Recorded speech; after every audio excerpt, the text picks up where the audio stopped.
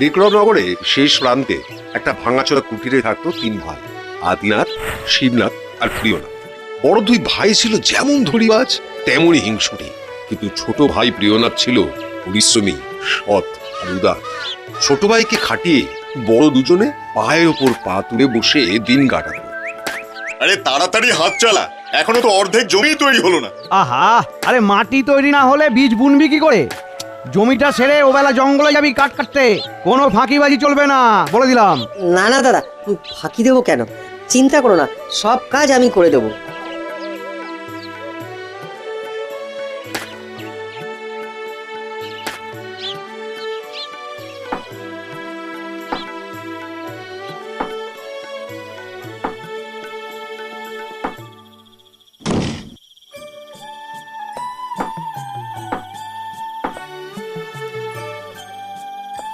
সকালে মাঠে হাড়ভাঙা খাটুনির পর এখন আমার জঙ্গলে কাঠ কাটা, না শরীর যেন চলছে না।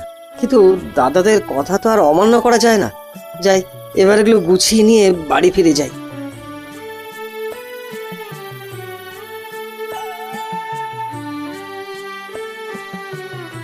ও ভগবান, কি হয়েছে সাধু বাবা, তোমার কি শরীর খারাপ? খুব জ্বর বাবা, বড় ঠান্ডা লাগছে। যদি একটু কাঠ জ্বালিয়ে আগুনে সেঁক নিতে পারতাম। তুমি কিচ্ছু দেবো না, আমি এক্ষুনি তোমার আগুনের ব্যবস্থা করে দিচ্ছি।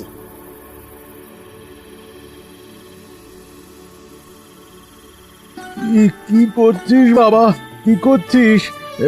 এ তো তোর কষ্ট করে জোগাড় করা কাঠ। ওসব তুমি ভেবো না তো।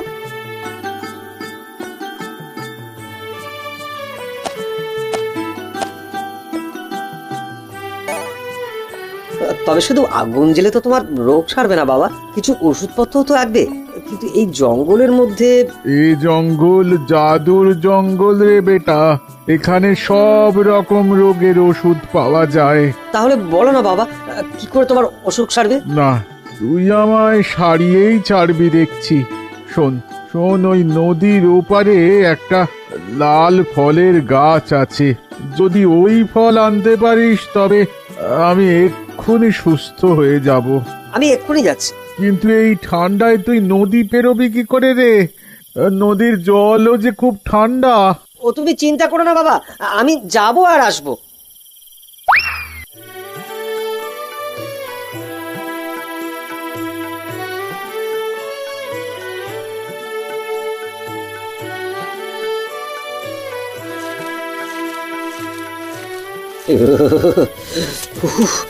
বাবা,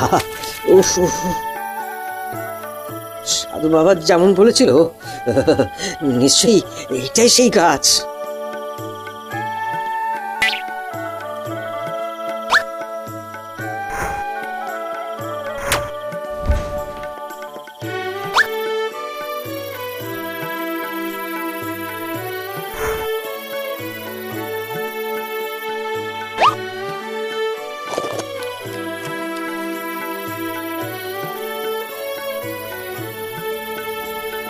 বাহ, তুমি তো একেবারে সুস্থ হয়ে গেলে। তাহলে আমি এখন যাই বাবা। আয়, ভগবান তোর কল্যাণ করুক।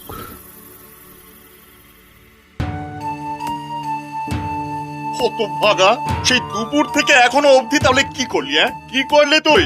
আমি তো ওই কাঠ কেটে নিয়ে আসছিলাম দাদা, কিন্তু হঠাৎ।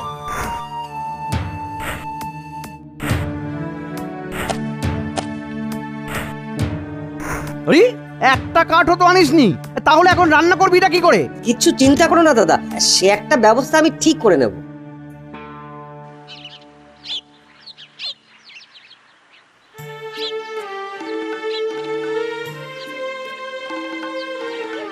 কি বুঝছেন রাজবৈদ্য? রাজকুমারী কি তবে? এখনো রাজকুমারীর দেহে প্রাণ আছে মহারাজ, তবে প্রাণের লক্ষণ তেমন প্রকট নয়। আমার পক্ষে যতটা যা করার সবই তো করলাম, এখন সবই ঈশ্বরের হাতে মহারাজ। এ কি কঠিন পরীক্ষায় ফেললে আমাকে ভগবান! এই বিশাল ধন সম্পত্তি, রাজ ঐশ্বর্য কোনো কিছুর বিনিময়ে কি নিজের মেয়েকে আমি বাঁচাতে পারবো না? না না না, ভেঙে পড়লে তো চলবে না। একটা একটা শেষ চেষ্টা আমাকে করতেই হবে, করতেই হবে।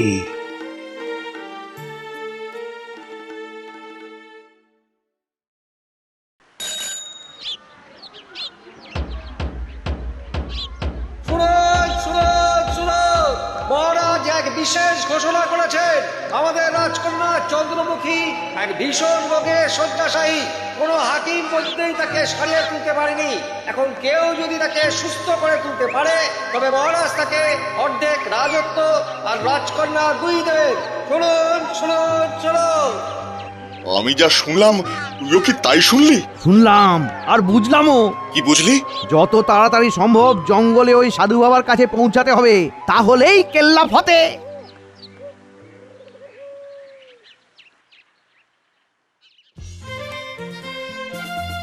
মহারাজ, আমি আপনাকে কথা দিচ্ছি, আমি রাজকন্যাকে সুস্থ করে তুলবই। বেশ, তুমি যদি পারো আমি তাহলে তোমাকে আমার অর্ধেক রাজত্ব দেব, আর আর রাজকন্যার সাথে তোমার বিবাহ দেব। আপনি বিবাহের প্রস্তুতি শুরু করুন মহারাজ, আমি যাব আর আসবো। বাহ বাহ বাহ বাহ, বড় বলে সুযোগটা দাঁড়া ভালোই নিয়ে নিল।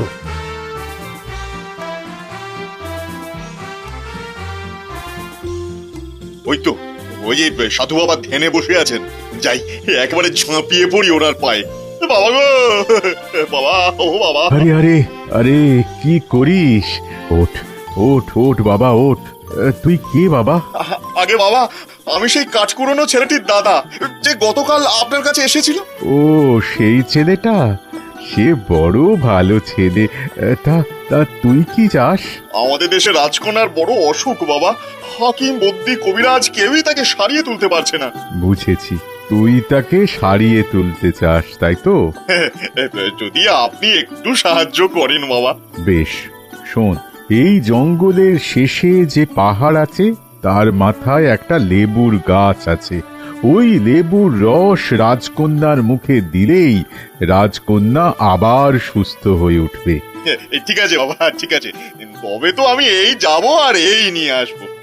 তবে একটা ব্যাপার খেয়াল রাখিস, ওই গাছের কাছে গিয়ে মনে মনে যা চাইবি গাছের ফলে সেটাই পাবি কিন্তু।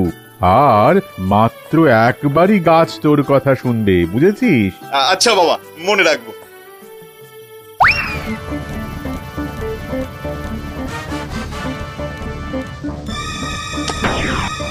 বাবারে, বাবা, কি এবড়ো খেবড়ো পাথুরের রাস্তা, না আর দমেও খুলোচ্ছে না। বাবা, এদিকে এদিকে সকাল থেকে পেটেও কিছু পড়েনি।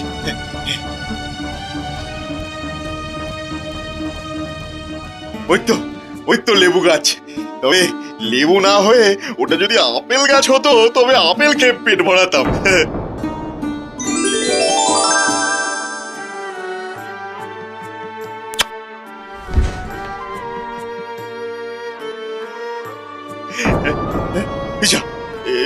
এই যা, খিদের চোটে খাবার চেয়ে ফেলেছি, এবারে এবারে লেবু পাবো কি করে? হায় হায় হায় হায় হায়।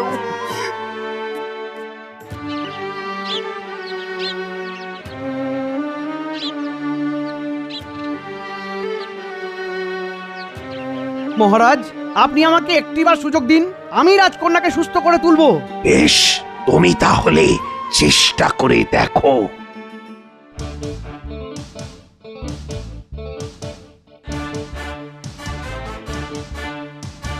রাজকন্যার জন্য ওষুধ চাই, তাই তো?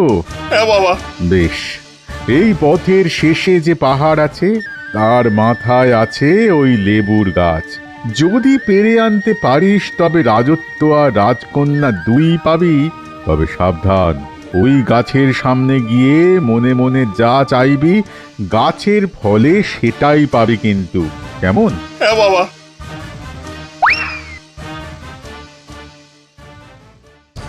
দাদাটা একদম বোকা, তাই লেবু নিয়ে ফিরতে পারেনি। আমি লেবু নিয়ে ফিরবই, কিন্তু কিন্তু পথ আর শেষই হয় না। ওহ, এত ধকল!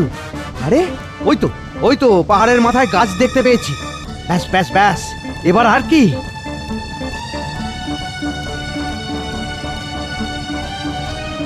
ওহ, এটা এটা লেবু গাছ না হয়ে যদি একটা বট গাছ হতো, তবে তবে ওর ছায়ায় একটু ঘুমিয়ে নিতাম। ও আরে, এ কি হচ্ছে? লেবু গাছটা তো বট গাছ হয়ে গেল, এখন কি করব? এদিকে এদিকে আমার যে খুব ঘুম পাচ্ছে। ও ও চোখ যেন বুজে আসছে। হায় রে, আমিও পারলাম না, আমিও পারলাম না। তুমি পারবে যুবক, তুমি পারবে। আপনি আমাকে আশীর্বাদ করুন মহারাজ। আমি আশীর্বাদ করছি যুবক, তুমি সফল হও। আপনার আশীর্বাদ চাই বাবা। আমার আশীর্বাদ সব সময় তোর সঙ্গেই আছে বেটা। যা যা, ভগবান তোর মঙ্গল করবেন।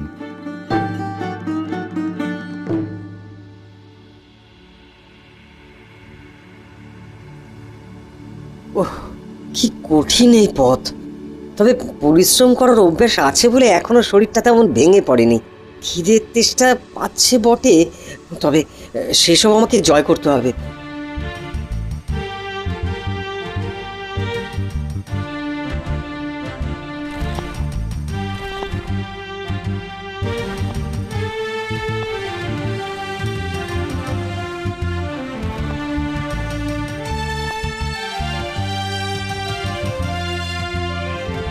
ওই তো সামনেই সেই গাছ।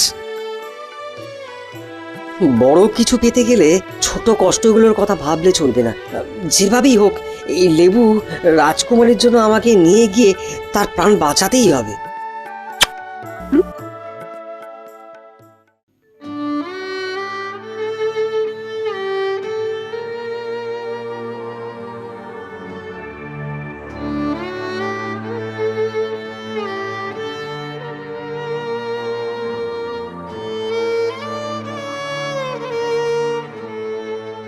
ধন্য ধন্য তুমি যুবক, ধন্য। ওরে কে কোথায় আছিস? শাঁখ বাজা, হলুদে গোটা রাজ্য আলোর মালায় সাজিয়ে তোল। রাজকন্যা আমার সুস্থ হয়ে গেছে, সুস্থ হয়ে গেছে।